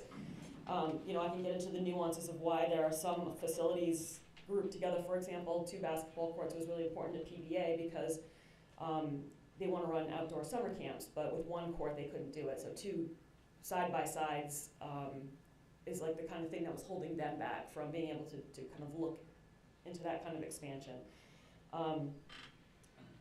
So what are our next steps from here? What I'd really like to do is kind of look at a preferred alternative for each park. And then I would like for the council to give me kind of their top 3 things at each park that they would like to see implemented in the more immediate future, because from there I need to take that information and turn it into a grant application for the DEM outdoor recreation grants, which are due in the first week of December. So I would have to be back to you in 2 weeks with a grant application because we're required to present that at a public meeting as part of the grant application. So the priority things that we talk about today, I'll take those back to our consultant group and we will price those out and see what kind of projects we can put together for the grant numbers that we have available, which is about a $500,000 project and about a $120,000 project. So those would be the 2 we'd apply for. So I guess I'll leave it there. And I wish our group from Beta was here because they really did a great job. They really made the survey really easy to use. They ran great meetings. They really listened to the input and did a great job putting the slides together, and I think all the options, so I want to thank them too. So I guess I can go back and put the master plans up. If you want to discuss, have questions, throw out which ones you like better. Maybe we start with GNP, talk about one, and run to Windsor. So Karen, one of my questions for GNP is, it gets a lot of use now. Which of these options provides the most parking? I get concerned about that because it's hard just by looking at this. Maybe the one. Looks like there's a 25% difference in the parking between A and B, and I think 30 cars versus 39 cars is a pretty big difference there. Especially for the amount of facilities on the property and the use that it already gets. That one, alternate 2, had more parking from what I can. I think that's what it looks like. Yeah. It says it at the bottom of this, 39. So I think that's a real valid. I mean, these. Glasses wall. The amount of I drive through GMP all the time. I also drop kids off and pick kids up from there as well, and I mean, it's incredible how well used it is right now, and I agree that parking should be, let's not turn, a blank sheet into something, or, I think maximizing parking is a great idea. Right, that's one of my concerns. I think the other one too is about splash pad. I have no idea what kind of maintenance is involved in that, how much water, all that stuff, but, anything we do, we have to realize that we're gonna have to maintain it, and that's gonna cost money, and it's gonna need resources through DPW, so we need to make sure that, whatever we decide can be maintained. I don't know, splash pad sounds great, but, do we have the water to sustain that there and how much maintenance is involved in that, I don't know, so. So for splash pads, there's a bunch of different ways you can build them, and that kind of dictates how much water it's gonna use. You can do ones that you only turn on during certain times, you can do ones where you push a button and it comes on for 5 minutes. You can do ones that take the water, clean it, recycle it. Then there's some that use water out of a well. So, these kinds of things, it's the concepts I think we're most interested in. The details of how we could make them work, I mean, we can take that, there's a lot of different options for how to do it. So, I totally get the maintenance as well. I mean, I think that's something that you'd have to take into consideration anyway, but I got the impression that you want to keep building recreational facilities, so I mean, that'll have to come with the budgeting and what facilities you pick and how to maintain them. But, so getting into like the details of how they work, I could do that in our next step. Well, I don't necessarily need the details, it's a matter of, can that site support that? Can our DPW and our budget support certain things?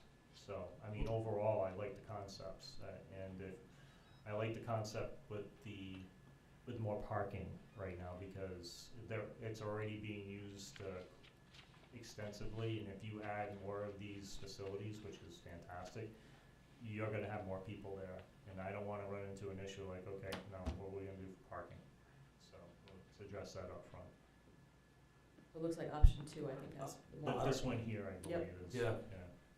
The other thing, and it could just be the way it's laid out on paper for option 2, it looks like that sort of hybrid area where the ice rink could go in the winter.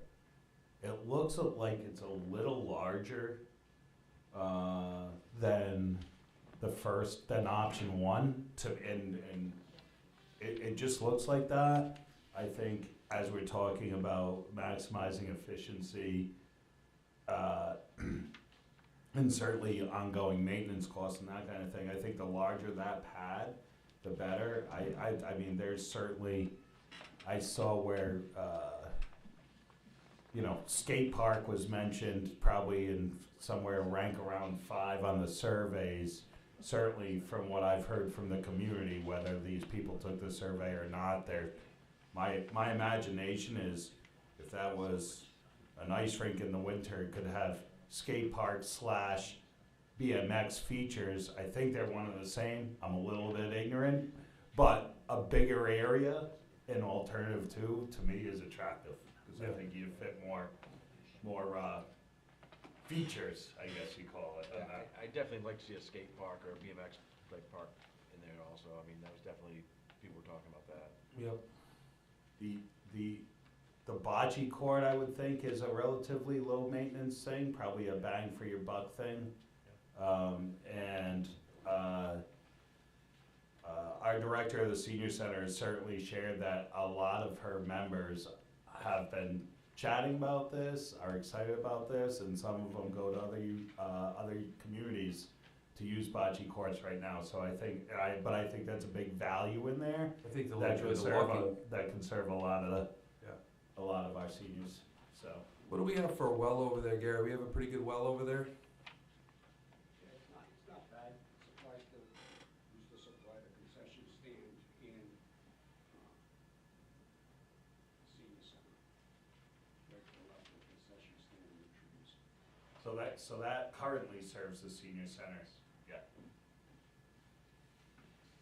Yeah, I love concept 2. I think the other thing that I don't wanna, it's easy to look at one or two, you can kind of interchange too, you're like, oh, I like this feature of one, or, I mean, these aren't like set in stone, we tried to give like two different enough options to have a discussion about it, but if there's like a piece you like better, we can. Now, is most of this land dry over there right now? Like in between the baseball field and say the tennis courts, is there, No, it's not dry. it's not dry, so that's, No, so this part down here is definitely, wet. okay. I mean, we haven't gone out and, done a Flagged wetland, anything, yeah, or- but it's wet. If we needed to expand that parking deeper, could we, or is it gonna be wet, like where the parking is, we go a little deeper into the woods? If you go a little further down towards Either down Leisure. or deeper for like double spaces in there. Yeah, I mean, we could look into all these options, it's just, this is, once we have a concept, I think we're gonna go a little further into the concept, which is, can we support the parking, where are the wetlands, some preliminary looks about, where the edges might be and where we might be able to put the facilities, pricing them out, phasing them out. So that brings another point of, you just mentioned pricing. So, if, as we're looking at these concepts, I would like to be able to have maybe a smaller amount of options, if you will, of attractions, for lack of a better term, that are done really well than a lot of them who are kind of, that type of thing. Yeah. Prioritize it. The other thing too is that, it doesn't show on here, maybe there's another phase. There's some walking trails there, but we have a great resource, which is the river, and it doesn't show any walking trails possibly in the future, we have that available too. Yeah, we specifically didn't, I mean, there's a lot of wet area down there, and it was gonna be a pretty labor-intensive thing to look, and that would be really, I mean, I'm not putting it No, I off the table, understand, yeah. but that, we would be talking like raised platforms, boardwalks, DEM permitting, which I think needs a little more lead time, Well, that's as why I we've say been- maybe the next phase. yeah, maybe looking out, for sure, I mean, I get the other thing, I think it sounds like we're all saying very similar things. And again, going back to sort of bang for your buck, my guess is the splash pad is probably more expensive than a bocce court or a concrete area to put up a hockey rink, or even, these pickleball courts. So in a priority, and I think it would be really cool, but I think there's a lot to unpack there with that. I would rather, and just saying a splash pad just sounds expensive. and then also, put into your thoughts about the ranking is the pedestrian path, because that's a developed paved path that you could walk around. I know, I don't wanna speak on behalf of the school department, but I know, there's been some talk about it not being able to use that, maybe not being able to use some of the school facilities during the day because of school security issues. We were trying to look for an alternative where people could come walk in an area that's not secluded. Like we have Glocester Heritage Park, but I don't think everyone feels comfortable going by themselves to take a walk on that kind of terrain in the woods. Whereas we were trying to look, what can we replicate that people would feel comfortable doing in the same way they would feel comfortable walking around a track. So Just like in Johnson, right, around the pond. yeah, exactly. So something like that where you're not by yourself, it's a smooth surface, I like it, I like that idea. I do too. I also think, again, that serves more people than just than a splash pad. And look, there's no question that has come up in conversations with the school athletic department lately. It's just, I think we took the money from the splash pad and put it towards maybe some kind of lighting around the walkway so people on a nice night could walk or sit on a bench or, use that, what is it, number 11? And I think this looks great, but this is several phases of projects. So this, Sure, I mean, right. this is gonna happen over several years. I know that in Killingly, there is a playground with a splash pad, and I've taken my grandchildren there on many occasions. And it is a button, so the water runs for a short period of time. And I know that they have a really fun time. They play in the playground, especially in the summertime.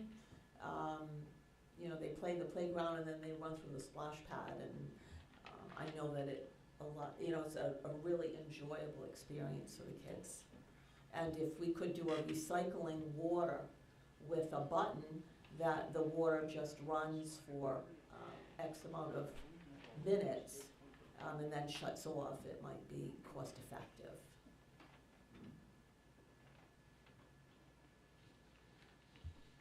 Karen, the other thing too is that at both locations has security been factored into this, like cameras, for example, because, you know, especially at Windsor, it's pretty secluded, even Yeah. with both of these options, and that's something Sure. that's kind of lacking right now. There are cameras at GMP, but we're kind of expanding the facilities. It'd probably be a good idea to have more. 100%. I don't think we would do any of this without adding those facilities to be camered, because it's been proven that if you build it, they will wreck it, is what we've seen. So the cameras at GMP have caught people vandalizing the signs, vandalizing things, and we've been able to find who it was, and Yep. they can pay for the damage they've done. So I think I Yeah. think everything that we do will have security around it. Okay. Move on to Windsor. All right, so You have enough from us? I heard option 2. We threw out a lot of top priority projects there. We had bocce, pickleball, the ice rink, the walking path, the splash pad, the skate park. I mean, I'll just try and put together a phase 1.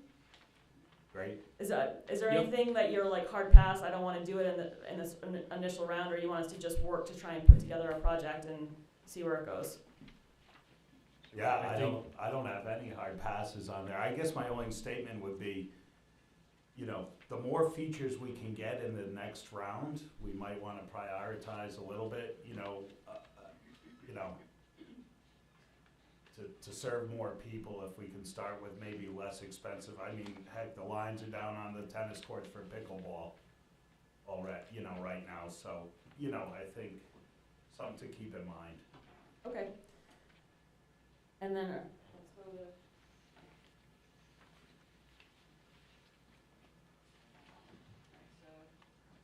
to. At Windsor Park, did anyone have a strong feeling about one option or the other? I mean, the big difference on the options is the disc golf. I love concept 2.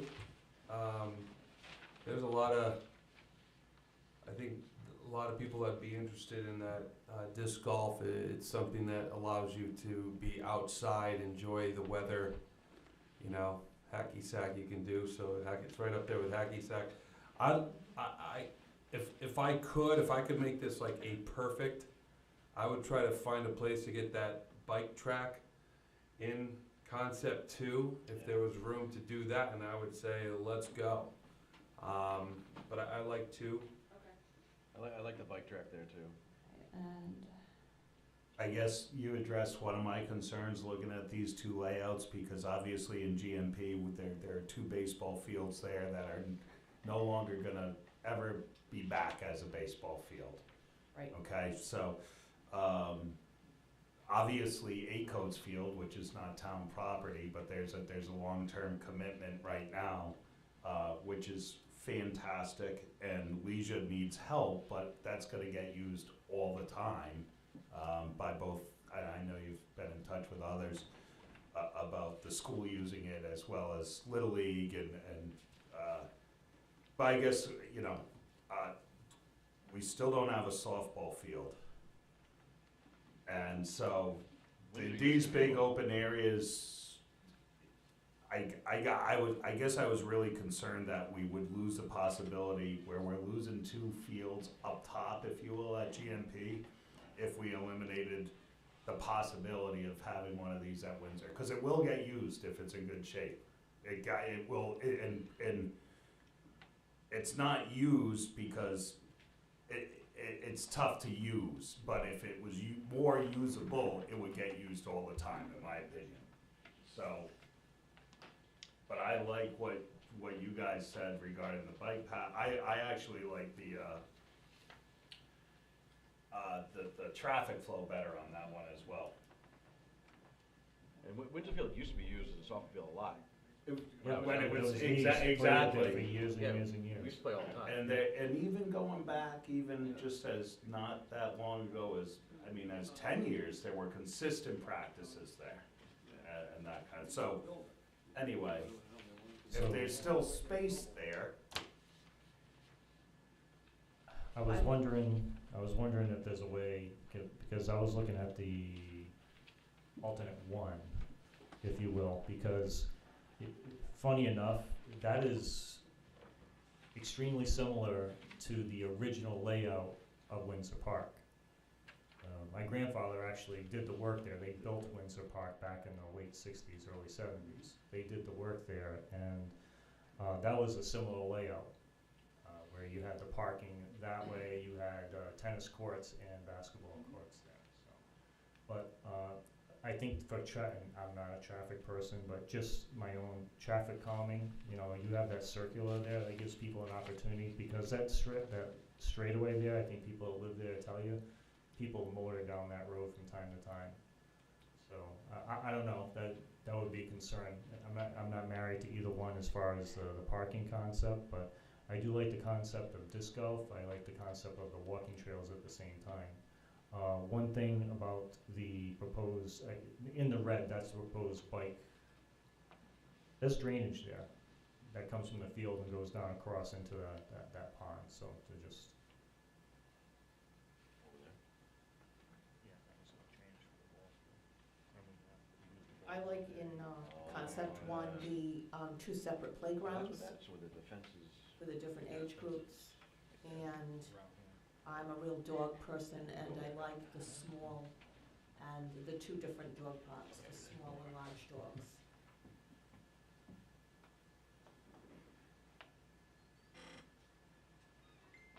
And I echo Councilor Arnold's about we'd be down to one baseball field in town. If we did something that would, prevent us from having a ball field. Because sooner or later, somebody's gonna wanna play. And to Steve's point, if you build it, they'll come, right? So if it's in playable position, people will use it. Because there's a dearth of ball fields, we see that all the time in the area, so I hate to lose another resource like that, so that's my concern. So even if those walking trails, the walking trails proposed at Windsor, those are not paved, right? Okay. Yeah. looks like there's more parking in concept two as well. 32 versus, Yeah, over here. yeah, it's close. I take that back, it's close. But, So it sounds like Windsor might be a hybrid of these two, not necessarily option 1 or 2, but looking at the traffic flow with the one-way around the circle, making sure that the BMX track is in there, the 2 separate areas for the dog park, keep the disc golf, and make sure that the area that's reserved as unprogrammed field is big enough to accommodate at least a softball field, little league field in the future, should we need to go back to that. Did that kind of capture the, Yeah. if, Or could it be rehabilitated now in the field that's there? It's the infield that really needs the work, it's the rest of the field is in good shape. I don't know, I wouldn't, if Mr. Savalas has something to say. we didn't get a lot of support for the development of the facilities at Windsor in the short term. Yeah. I think that, and I don't wanna speak for the league, I think Leisure was definitely the priority Yeah. field.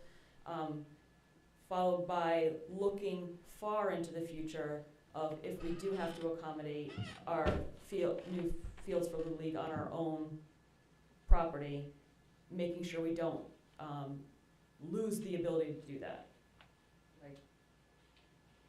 If I could just make one comment Yeah. about Windsor, we tried to use it, it's not safe to use.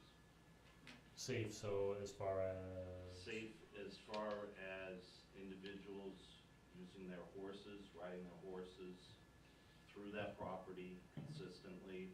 There are huge holes, ruts, we tried to use it, we deemed it unsafe. Well, one time it was, so now, to your point, maybe it's not, but at one time, Yeah, that was we you played remember, there we for played 20 there years. forever, right? Yeah, we played there for 20+ years. Yep. But right now, we currently can't use that for the kids. Okay.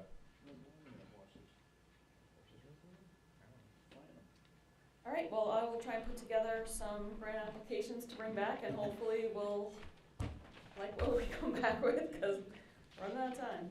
Karen, thank you as Yeah, always. these look fantastic. Yeah, exciting stuff here. Thank Exciting you. stuff, so thank you. Thank you.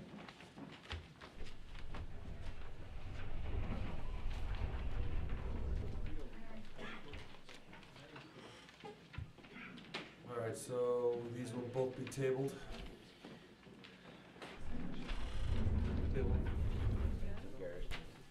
No, She needed to pick. I just make one comment on all of this. bigger splash pad. Go easy on this, man. I understand the whole thing. You're creating a lot of maintenance, a lot. Yeah. About ball fields that you wanna use all the time, you wanna keep them in top-notch shape. You're talking about Mulching. walking tracks, you're talking about pickleball, you're talking about maintenance, striping, lights, electric, all of those things, more trash, more traffic, all of it. We cannot suck all that up. We really need to think about increasing this department if you're gonna add all of that stuff to the town. Thank you. And I was trying to allude to that earlier too, that, you know, whatever we do is gonna require more maintenance, which, you know, our DPW is stretched thin as it is, so. Well, I think that's something, again, to keep in mind as we prioritize, you know, what takes less up front, but eventually, it's all gonna take maintenance to keep it where they need to be after an investment, so.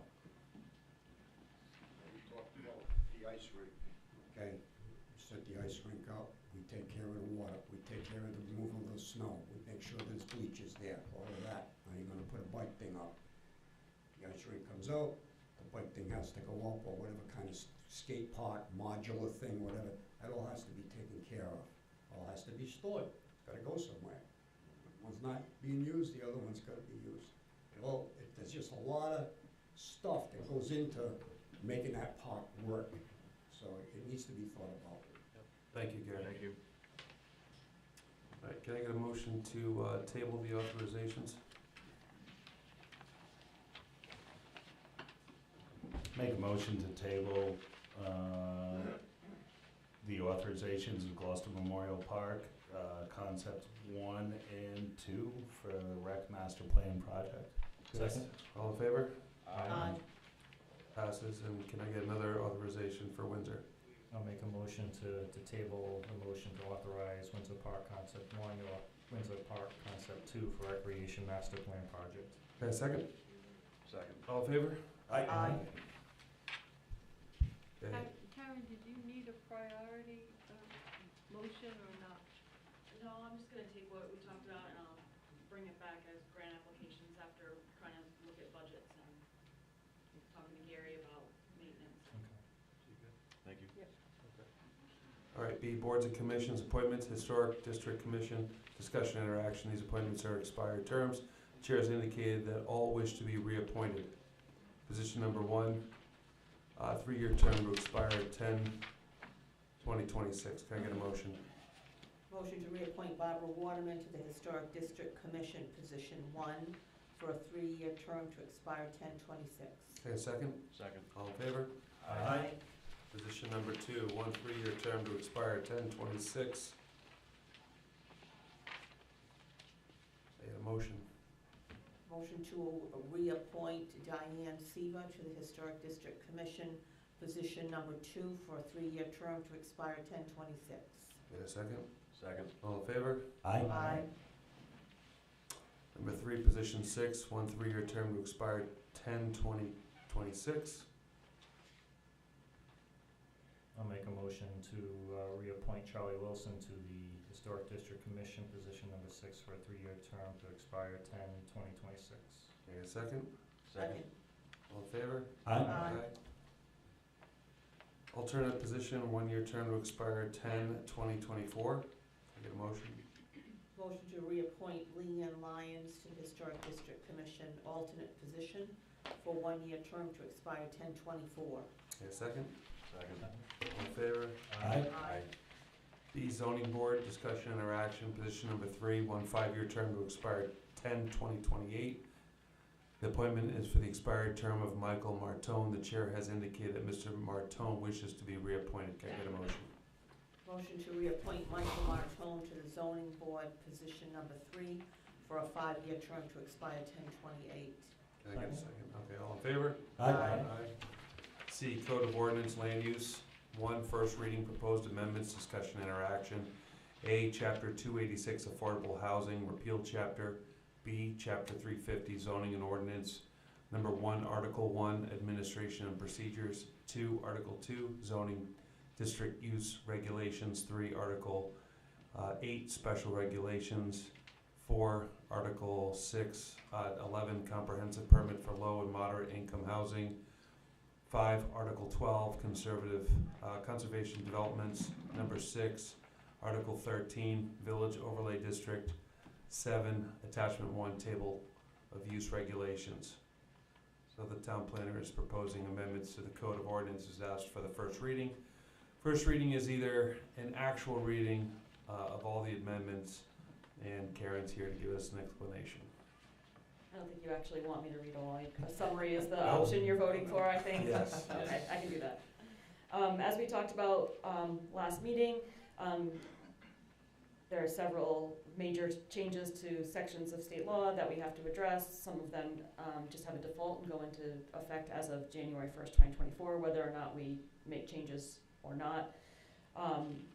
This legislation is in response to that. These changes are in response to that legislation. We talked about doing this in phases. Phase 1, which this is changes that would prevent any immediate negative local impact that would take place automatically on January 1st, 2024 without us doing anything. So I'll just quickly walk us through what all these amendments are, one article at a time. So Chapter 286, which is the affordable housing, we're proposing to delete that in its entirety.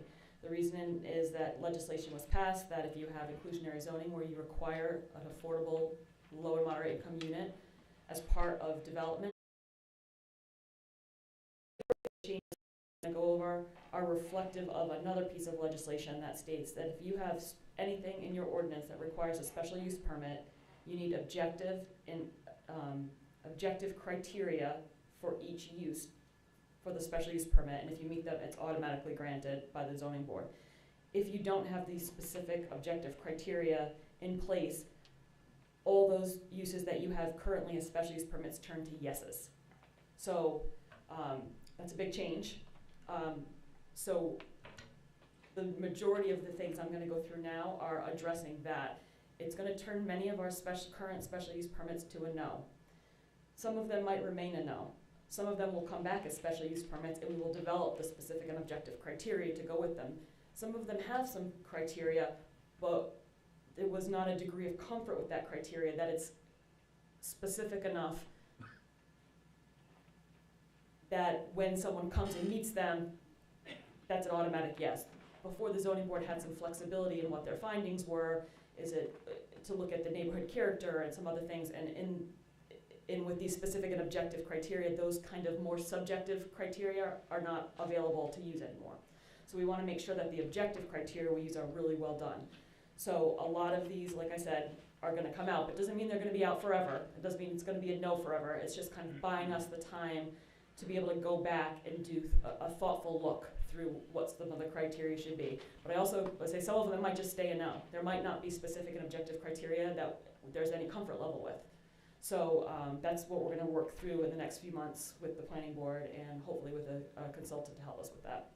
So with that, Article 1, the change is to one definition, it's farm product processing. It talks about whether it's allowed by a special use permit, so we changed the definition there.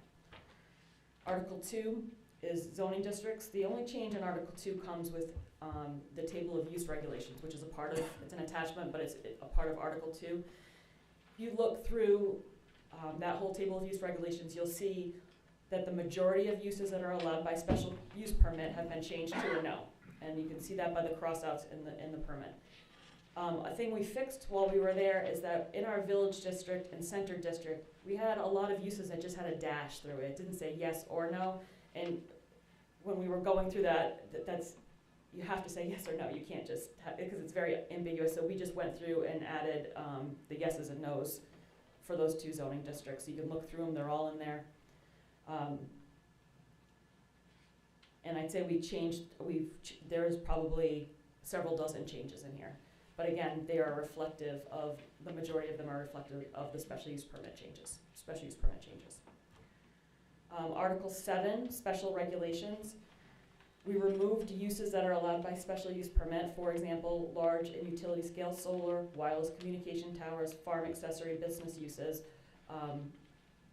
All the ones that required a special use permit, we have temporarily taken those out to be able to give them another look to make sure that the specific and objective criteria we use are gonna be ones that sufficiently protect neighboring property owners, neighborhoods, things like that. So again, we'll come back and probably put some of these back, but just with criteria.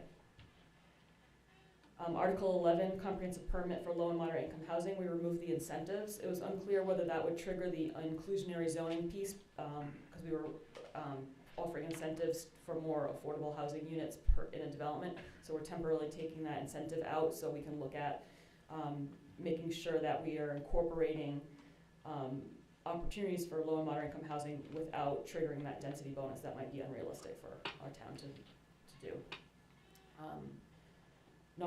Article 12, there's special use permit language in there related to 2-family housing in conservation districts. We took that out, again, all related to the special use permit requirements.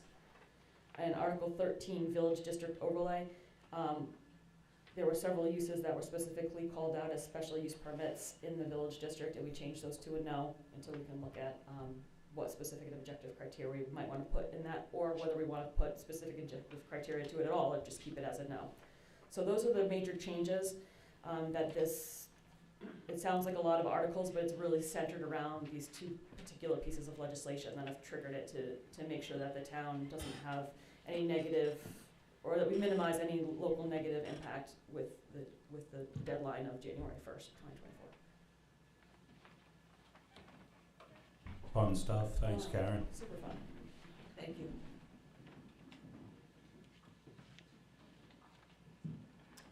I'll make a motion to declare the first reading for proposed amendments to Gloucester Code of Ordinance, Chapter 286 and Chapter 350 complete. Second. All in favor? Aye.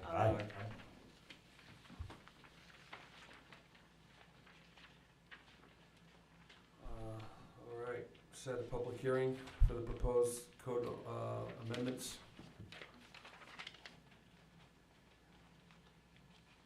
What do you think, Karen? We want to set a public hearing date? I think, in my discussion with Jean, I think we'd be able to meet the advertising deadlines to have the public hearing the first meeting in December. Yeah, I think so, 'cause it's 3 times, right? Yeah. Do you happen to know the date of that? Huh? Do you know the date? It is going to be Seven. 7th. It should work. All right, can we get a motion? Make a motion to set public hearing for the consideration of amendments to the Code of Ordinance, Chapters 286 and 350, as described in the first reading for December 7, 2023. Can I get a second? Second. All in favor? Aye. All right. Town board signage discussion and interaction.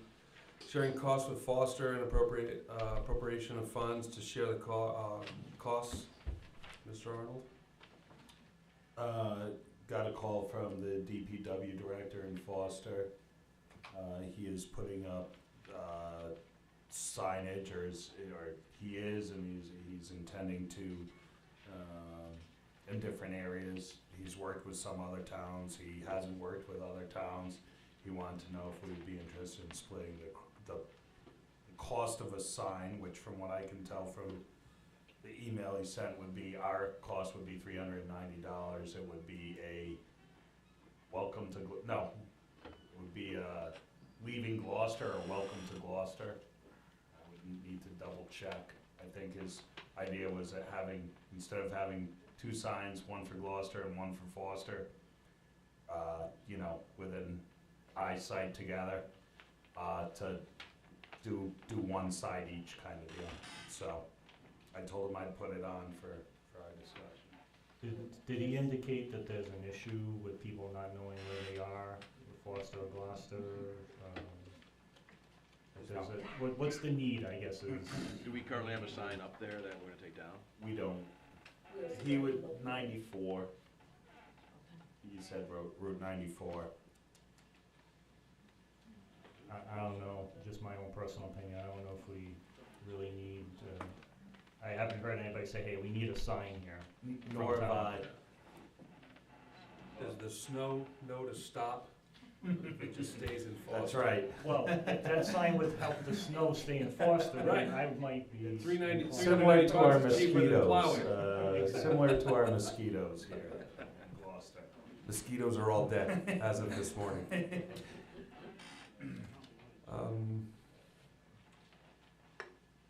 So that's really all I have. That's all the details I have. I think you guys saw a picture of a replica. If you have more questions for him, I'm happy to reach back out to him if you want to table this. If I kind of like less signs than I do any more signs. I don't see a need for a sign. $390. I don't think he's need a sign up on 94. Yeah, to Bill's point, there's enough signs in town. I don't think it's necessary. Country roads can stay country roads. People that live out here know Yeah. they're either in Gloucester or they're in. Well, if you get to 101 and you're going south, you're on the other side of 101, you're in Foster, and you're going northbound on 94, you get to 101, the other side's Gloucester. Just the cops need to know.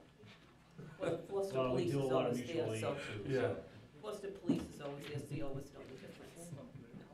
All right, so just keep moving on? Yep. All right. Need a motion? No, Oh, I don't think we do. No motion. I'm not taking any action. All right. E, request to initiate bidding decentralized wastewater improvements for the village of Chepachet, discussion and interaction.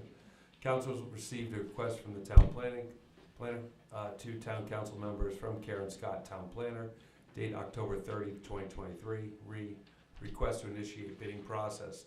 The town received a watershed implementation grant from the Southeast New England program for $250,000, a Rhode Island decentralized wastewater improvement grant from the U.S. Environment Protection Agency for $465,000, and the town has set aside $200,000 and American Recovery Program Act ARPA funds to fund decentralized wastewater improvements in Chepachet Village, focusing on priority properties, cesspools, holding tanks, OWTS, and public wells radius within 200 feet of the river. This project will explore opportunities for innovative and alternative septic systems, educating property owners of different possibilities available and where individual systems are not feasible.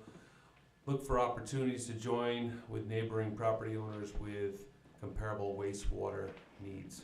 The ultimate goal of the project includes, number one, provide financial incentives that lead to the construction of as many wastewater upgrades as financially feasible in Chepachet Village. Two, establish an innovative third-party management entity to ensure the long-term viability of these wastewater investments. Three, as the result of these upgrades that are implemented, reduce the number of properties using point-of-entry systems on drinking water wells. Four, as a result of these upgrades, restore the quality of the Chepachet River and remove the TMDL. This grant requires no cash contribution from the town outside of the already allocated ARPA funds. I'm requesting permission to release the attached request for qualifications. End of memo. Oh, this is a great move forward. I don't have any questions. No. Nope. I get a motion. Make a motion to authorize the town planner to begin the request for qualifications process to implement the decentralized wastewater improvements in Chepachet Village project, which will be funded by previously received grants and approved ARPA funds. I get a second? Second. All in favor? Aye. Motion passed. Authorization for parade committee to seek bids for fireworks display 2024, discussion and interaction. Council's received a request from the parade committee chair, October 30th, 2023, to Honorable Town Council, As current chair of the Gloucester's 98th Annual Ancients and Harvels Parade, I would like permission to solicit bids for the 2024 Gloucester fireworks display. The RFB will be set at the amount of $20,000 and not to exceed the 2023 cost. Once bids are received, the committee will be assembled to select a vendor and forward the recommendations to the Gloucester Board of Contracts and Purchases. The committee strives to uphold this time-honored event that is anticipated by the community every year. Sincerely, Kathy LaMontagne, Parade Chair. End of memo. Discussion. Yeah, plus there was 10,000 put in that account, right, from the previous ARPA. Is there still 10 for that budget? For the parade budget Yeah. that we've been collectively using in 2 more years, 100. Yeah. So, I mean, we're trying to do the best, hopefully, you know, last year, a rain out, we had a good year, and then we had rain again, so, but, Yeah. no, I'm looking, it's gonna be the same contract, the same bid that we put out before. We always request the vendors do give us a rain date, where a lot of the displays, they don't get rain dates. We put that as part of the condition with the bid, so, we always have a backup date. And we limit it, you know, put it at the 20,000 with the option that for the 100th, because it usually goes out as a 3-year contract, then we can always, you know, increase the display if we would like, but we, you know, no less, no more than 20. 20 would be the max, and then we could increase it if needed, Okay. or if desired, rather. Thank you. There's gonna be no rain this year, by the way. I hope so. It's still fun, everybody still comes out, so. All right, can we get a motion? Make a motion to authorize the parade committee to seek bids for the 2024 Gloucester fireworks display following the agreed-upon bid process for the town of Gloucester. Second. Second. All in favor? Kathy, thanks for continuing to volunteer to do this. You're It's welcome. appreciated by the whole community, for sure. We gotta get an elephant on the 100th anniversary. I already have, a couple contacts I've made, through the carnivals and whatnot, and I actually have a couple people looking into elephants. Perfect. You know, even if it may not be a real one, but I'll dress up definitely for is an one like elephant. one. Funny story, side note, 'cause, you know, we're going early here, so I'm gonna tell a story. I found an elephant. There is a company, it's an Indian family that does weddings, and they ceremonial use an elephant for weddings, so they rent an elephant out. It's $15,000 to get an elephant up here to Gloucester. That's a lot of fundraising. I'm not done yet, there's still more to the story. They have people that will, you could put a sponsorship on the elephant, so like you have like and you can sell a piece of the elephant, like you put Cardi's furniture on the elephant, and that's how people pay. We can have kids and slingers. Yes, and then the day of the event, the elephant's free. Big bear, big elephant. Actually, Thanks, I'm Bill. looking at, Well, this is- Thanks for that. I did the research, Yeah. I did the research. I'm gonna be writing to like some of the, when the 100th comes up, and some bigger donors to Yeah. try and see. We'll have people on the roofs with snipers, making sure that nobody's Oh, I know. aiming at the elephants. Don't even go there. It's 200 years for Betty being shot. I know. here, so, I know. I'd Too like to soon? bring- Too soon? Is that too soon? I'd like to bring back Elephant Day, for that year, as Yeah. a fundraiser for the parade. Paper We'll mache look elephants. into it. I'm in. All right, town council correspondence and discussion. Nobody wrote to us. Any counselors have anything for discussion? All right, department head reports and discussion. Department head, any departments? Here comes chief. I just wanted to, real quick, just invite everybody on Veterans Day, November 11th. Christine and I will host a ceremony at the senior center. It's always at 11 o'clock on the 11th, and everyone's invited. Thank you. Thanks, Gene. And Chris. And Chris. I've spoken to the architect a couple times. He's just working on the consultant for estimating on the police department project, which I'm hoping to present next meeting or December 7th meeting, so it's gonna be a little crowded that. And secondly, we have selected a candidate for the January Police Academy, and he's finishing up all his qualification background. And we have a great candidate, so we're hoping to move that forward, and I'll have a memo with Don sometime in December, probably around the 7th meeting or thereafter. Thank you. Thank you. All right, boards, commissions, any reports? Oh, go ahead, John, come on up. Sorry. Tom Lutz, Human Services. We got a check from the Rhode Island Foundation. We thought it was gonna split up 1,500 and 1,000, but turns out they split it pretty much 50-50. 1,272, yeah, 1,272 for food and 1,228 for fuel. So they took it upon themselves to do it like that. So we got that. The GBA, Glocester Business Association, did their annual Halloween event this weekend. I opened up Saturday and they came in. They brought in 2 truckloads of food. They really did it up good this year. They really filled us up, so they were phenomenal. Also, the police department is going to be having a food. Chief Delpreet is putting on his annual thing at Dino's Market. We're going to be filling the police cruiser with food again and seeing how much we can stuff in there. That's going to be on the 12th, November 12th, from 10 to 2 at Dino's Market. And we also put an ad in the bargain buyer to advertise that, and Harley Dufresne is also putting an ad on Facebook to get that going. 7/4/21, we're doing the 3 Thursday nights. We're looking at the police details. The GBA is picking up one. The chief has agreed to pick up one, hoping that you can put it on your agenda to vote next town council meeting. That item and decide what you guys want to do about this detail for us. Historically, we've done that, so. Yeah. But again, it has to be it has to be on the agenda. I missed it. No, right, yeah, but we have to confirm it, yeah, so.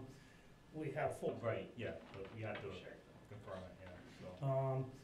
We have 4 porta johns gonna be spread out through the village.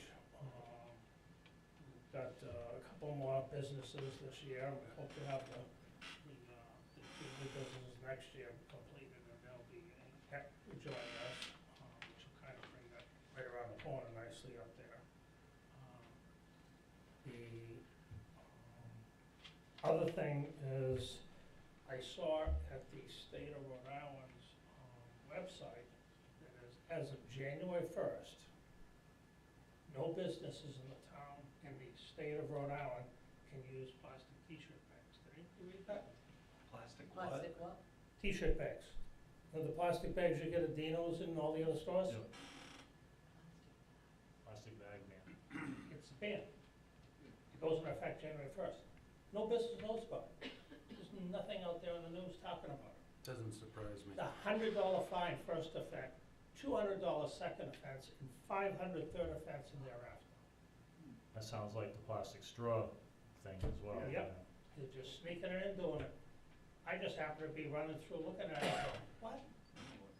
Yep, signed it into law. I thought that was individual communities, last I knew about Yep, that. I now know it's a there were a state law. couple individual communities who did that. Yep. They signed it. Will we be a plastic bag sanctuary town? There's a lot of business. Yeah. Yeah. We'll have to see if the long arm of the law, Let's try it. federal-wise, Let's go reaches for it. down and that's all. Like to be on the edge. That's all I have for tonight. Thank you. Thank you. Thank you, Charlie. Thank you. Anybody else for open forum? All right, who wants to do the last motion? So I have to filibuster for an hour, 2 hours here, so I'd like to go hunting in the morning. So I'll make a motion to adjourn. Second. All in favor? Aye. Thank you very much, everybody. Have a nice night. Bob,